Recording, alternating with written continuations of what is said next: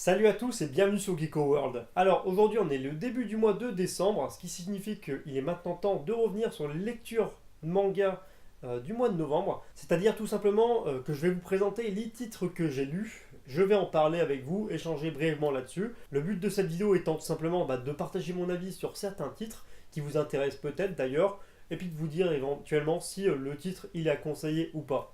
Bon, par contre, quand je vais parler des titres, je vais essayer de spoiler au minimum, c'est-à-dire que je vais essayer de rester en surface concernant l'intrigue du tome.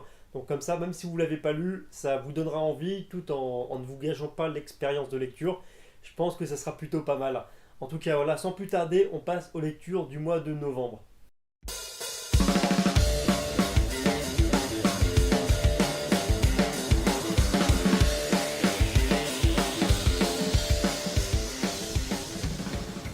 Et on commence tout de suite avec un des gros blockbusters côté manga de ce mois de novembre. Il s'agit tout simplement de Dragon Ball Super, tome numéro 5. Bon alors pour les informations techniques, il faut savoir que ce manga est disponible chez Glénat au prix de 6,95€ si je me trompe pas, et c'est sorti le 14 novembre, donc il y a un peu plus de 2 semaines déjà.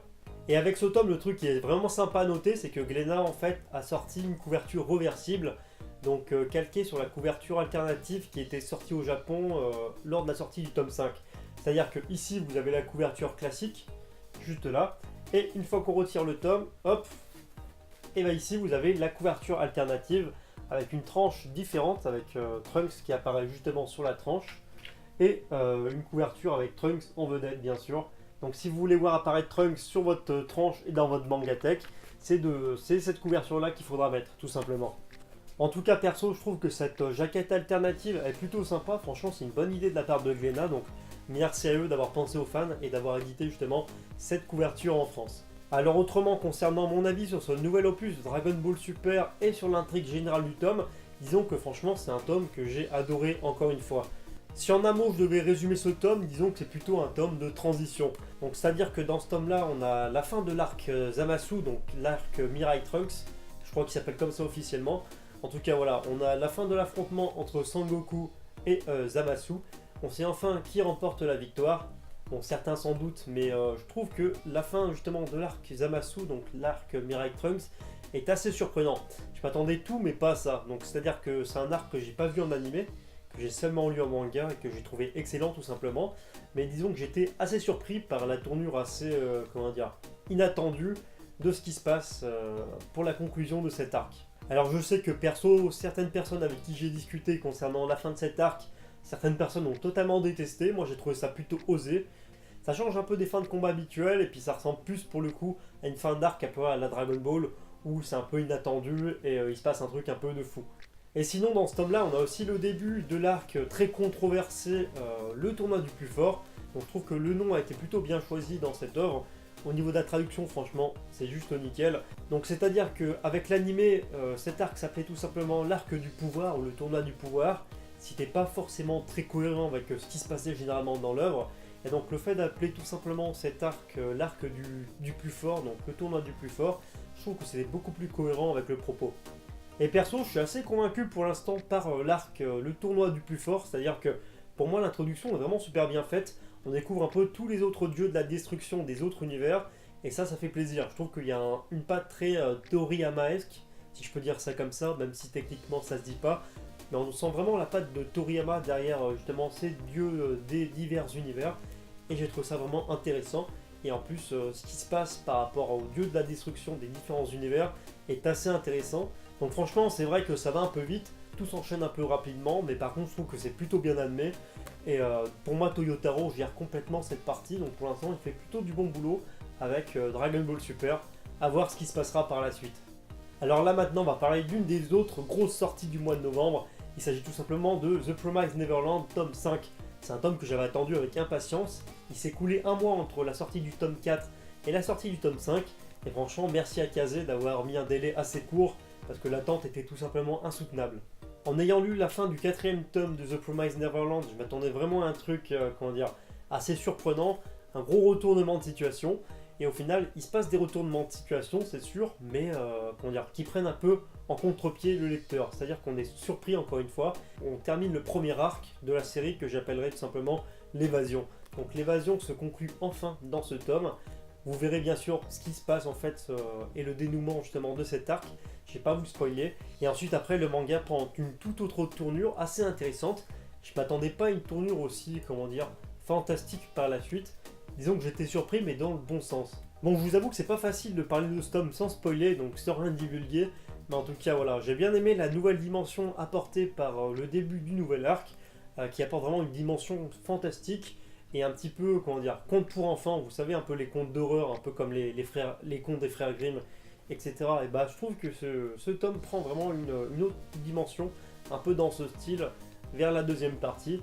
Et franchement, que dire de plus qu'à part que vivement le 6ème tome, parce que franchement, vu la fin du tome, on sait vraiment pas dans quelle direction vont aller les personnages. En tout cas, franchement, j'ai vraiment adoré ce tome, et si vous avez adoré les 4 premiers, celui-là, vous allez le dévorer en une traite, c'est obligé. En tout cas, ça c'est sorti chez Kazé le 28 novembre, si je me trompe pas, et au prix de 6,95€, donc à savoir presque 7€. Ensuite, on va parler d'un de mes chouchous, donc un des mangas shonen favoris à l'heure actuelle. Il s'agit tout simplement de My Hero Academia, tome numéro 16. Et franchement, si vous voulez de la baston, si vous kiffez la baston et les gros retournements de situation, franchement, vous allez adorer ce tome tout simplement. Du côté des informations un peu techniques, ce tome, il faut savoir que c'est sorti chez Kiyun en début de mois de novembre, au prix de 6,50€. Si je me trompe pas, peut-être que je dis des bêtises, faut pas hésiter à me corriger dans les commentaires. Alors si je devais parler de ce tome là justement en particulier sans spoiler et en restant en surface, je dirais que ce tome c'est vraiment une mêlée générale. C'est-à-dire que ça y est, la baston commence enfin et on est vraiment au cœur de l'action, du début à la fin. Et franchement ce tome là il vous laisse pas le temps de respirer, c'est vraiment un truc de fou. Le truc qui est vraiment pas mal avec ce tome, c'est qu'il met vraiment en avant des personnages un peu plus secondaires, comme par exemple en l'occurrence Ejiro. Et c'est pour ça d'ailleurs qu'il est sur la couverture qui est au passage vraiment magnifique je trouve. Et franchement, que dire à part que c'est vraiment de la baston virile et que ça défonce. Donc voilà, c'est vraiment un tome aussi que j'ai adoré. Et si vous êtes fan de My Hero Academia, et bah franchement jetez-vous dessus parce que vous allez le bouffer votre tome. Et franchement je ne peux pas attendre pour lire la suite. Ça risque d'être long parce qu'il me semble que la suite sortira en février. Il va falloir prendre son mal en patience. Alors ensuite, toujours côté lecture, je vais vous parler d'un petit one-shot qui est sorti déjà depuis un petit moment chez Glénat, à savoir Katsura Akira, c'est-à-dire un des one-shots d'Akira Toriyama et du Misakazu Katsura, à savoir l'auteur de Z-Man. Alors pour moi, c'est un one-shot que je placerais vraiment dans l'univers, disons, Dragon Ball, l'univers un peu étendu de Dragon Ball, tout simplement parce que ce tome, et ça je ne le savais pas du tout avant de l'acheter et de le lire, nous présente justement la patrouille galactique. Donc sans spoiler encore une fois, et pour faire simple, disons que c'est vraiment un recueil d'histoires courtes. Donc la première histoire courte est vraiment focalisée sur une jeune lycéenne, donc à savoir ce personnage. Malheureusement j'ai zappé son nom, donc pour pas l'écorcher, on va le passer sous silence. Mais en tout cas, disons qu'on sent vraiment la patte de Toriyama d'un point de vue scénaristique, avec des personnages un peu loufoques, etc. Et ensuite, le reste du tome est surtout focalisé sur Jiya, qui est un des membres de la patrouille galactique. Donc franchement, ça fait plaisir. J'espère que le personnage dans Dragon Ball Super sera beaucoup plus mis en avant. En tout cas, j'ai trouvé que c'était un personnage assez badass et assez attachant, en plus d'avoir un style graphique assez stylé, je trouve. Donc voilà, si vous aimez vraiment bien les histoires d'Akira Toriyama avec un ton vraiment humour un peu léger, et vous aimez aussi Jackal, patrouilleur galactique, et l'univers Dragon Ball de façon générale, vous devriez apprécier vraiment ce tome. En tout cas, moi je l'ai apprécié perso. Donc ça, c'est disponible chez Glénat pour presque 10€, et c'est un one-shot. Donc franchement, si vous aimez les histoires de Dragon Ball ou les one-shots de façon générale, achetez-le, c'est un tome, et en plus ça enrichira votre mangatech. Et enfin, pour finir et pour conclure cette vidéo, on va parler du dernier titre que j'ai lu au mois de novembre. C'est vrai que j'ai pas lu beaucoup d'œuvres, parce que j'ai pas eu beaucoup de temps, j'ai eu beaucoup de boulot et donc c'est un petit peu pauvre en lecture ce mois-ci. Mais en tout cas, il faut savoir que j'ai enfin commencé City Hunter, donc à savoir le manga. Alors avant toute chose, il faut savoir que comme pas mal de monde, c'est un manga que j'avais découvert grâce à son animé, donc quand ça passe à la télé ou alors en DVD, et que je ne connaissais pas vraiment, donc c'est-à-dire que j'avais déjà regardé plusieurs épisodes un peu par-ci par-là, mais je ne connaissais pas vraiment le contexte général. Donc à savoir le manga avec son début. Je m'étais jamais vraiment focalisé sur l'œuvre. Et en fait, comme le film Nicky Larson va sortir en France au mois de février, si je dis pas de conneries, j'étais plutôt intrigué. Puis je me suis dit que c'est l'occasion justement de commencer City Hunter. Comme ça me permettra de comparer l'œuvre d'origine, l'animé, avec le film qui va sortir en France. Et de voir tout simplement si le résultat est bon ou mauvais. Mais bon, ça on en reparlera en février. En tout cas, sinon, je pense que ça se voit, mais c'est un manga que j'ai acheté d'occasion, donc il est un petit peu tout bousillé. C'est pas grave, j'avais dû l'acheter à peu près 3 euros et le manga en vaut normalement 9,95 €. Et c'est un manga sinon qui est disponible chez Panini Comics, qui est un éditeur un peu catastrophique, on va se l'avouer. Mais en tout cas, voilà, c'est disponible là-bas si ça vous intéresse. Alors sinon, concernant l'histoire, ce qui est pratique, c'est que comme le manga est sorti il y a déjà plusieurs années, disons que je peux en parler un petit peu de l'intrigue sans trop vous spoiler. Normalement, si vous regardez cette vidéo, vous devez être un petit peu au courant des bases de City Hunter. Alors du côté de l'histoire nous entraîne tout simplement aux côtés de Ryo Saeba, qui est tout simplement un tueur à gages. Et ce qui fait la particularité de ce tueur à gages, qui travaille justement dans le quartier de Shinjuku à Tokyo, c'est qu'il ne travaille, en tout cas, il ne collabore principalement qu'avec des femmes. Et le personnage de Ryo, il a tout simplement un gros problème avec les femmes. Mais ça, en tout cas, je pense que je dois rien vous apprendre là-dessus. Alors dans ce premier tome, il y a Ryo qui fait équipe avec Makimura, qui est tout simplement son coéquipier, justement. Alors c'est-à-dire que si quelqu'un a besoin de Ryo pour un nettoyage, donc c'est-à-dire pour éliminer quelqu'un en particulier, il faut inscrire en fait dans la gare de Shinjuku les lettres X, Y et Z.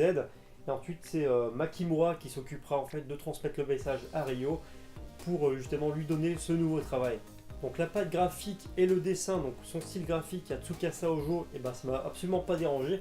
Le dessin est un peu vieillot, mais je trouve ça assez classe et vraiment, comment dire, en rapport avec le propos. Je trouve que c'est totalement cohérent avec ce qui se passe dans l'histoire. Donc que ce soit graphiquement ou alors scénaristiquement, et ça c'est plutôt pas mal. Au niveau de l'histoire, j'ai trouvé ça plutôt sombre. Disons que j'étais surpris mais dans le bon sens. C'est-à-dire que moi j'avais toujours regardé l'animé, donc c'est-à-dire en français en plus, donc avec un doublage assez catastrophique, etc. Et je m'attendais pas à voir une histoire aussi sombre et un personnage aussi sombre pour Ryo Saeba, à savoir Nicky Larson. Mais au final, quand on réfléchit un petit peu comme Nicky Larson, donc Ryo Saeba est un nettoyeur, donc c'est-à-dire un tueur à gages, forcément l'histoire est un peu sombre. Hein. Donc il y a des meurtres, il y a du sang, il y a des flingues, il y a même des femmes à poil, donc c'est un peu hallucinant au début. C'est un peu déroutant, si on n'a connu que l'animé, ça peut vraiment nous déstabiliser au début. Mais au final, franchement, ce tome est vraiment très bon. Donc City Hunter tome 1, moi personnellement, je vous recommande. J'ai hâte de découvrir la suite pour voir justement comment l'histoire va évoluer. Enfin bref, voilà, c'est tout pour cette vidéo. J'espère vraiment qu'elle vous a plu. En tout cas, moi, je sais que de mon côté, il n'y avait pas beaucoup de lectures à vous présenter pour ce mois de novembre. Mais disons plutôt que j'essaie du coup de développer un peu plus mon avis sur les tomes, plutôt que seulement vous montrer ce que j'ai acheté et fin du bal. Donc j'ai acheté pas mal d'autres tomes, mais je ferai plus une vidéo achat manga dans les semaines à venir, ça on verra, suivant mon planning. Je sais pas du tout comment ça va se passer, mais en tout cas voilà. J'espère que la vidéo vous a plu. Si c'est le cas, n'hésitez pas à lâcher les pouces bleus, ça fait vraiment plaisir. Vous abonner à la chaîne si ce n'est pas encore fait. Vous trouverez de toute façon un petit lien pour vous abonner en bas de la vidéo et dans la description. Si ça vous intéresse, il faut savoir que je suis présent sur les réseaux sociaux, donc notamment Facebook et Twitter. Tous les liens sont à l'écran et dans la description. Donc ça permet de prolonger l'expérience un peu Geek World. Et puis je partage pas mal de trucs sur Twitter et un petit peu sur Facebook. Et du coup, si vous voulez suivre quelqu'un dans votre fil d'actu qui partage pas mal d'actu en rapport avec le manga et l'anime de façon générale, bah n'hésitez pas, ça me ferait vraiment plaisir. Et sur ce, je vous dis à bientôt pour une prochaine vidéo.